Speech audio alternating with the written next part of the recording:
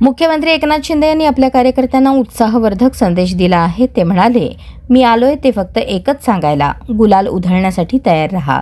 आगामी निवडणुकांच्या पार्श्वभूमीवर शिंदे गटामध्ये नवचैतन्य निर्माण करण्याचा प्रयत्न सुरू आहे। ते म्हणाले, सरकारने घेतलेल्या जनहिताच्या निर्णयांमुळे जनतेचा विश्वास मिळाला आहे आणि पुढील काळात महायुती पुन्हा विजयी होईल असा त्यांना पूर्ण विश्वास आहे।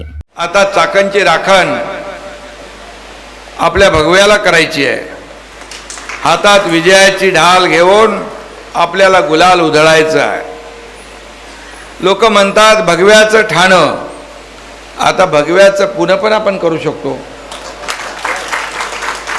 निवडणुका कार्यक्रम जाहीर झालाय, सुपारी फुटलेली आहे, लगीन गाईला सुरुवात झालेली आहे। 2 डिसेंबरला निवडणूक, 3 डिसेंबरला निकाल, आणि म्हणून गुलाल उधळायच्या तयारीत राहा असं सांगायला मी तुम्हाला आलेलो आहे।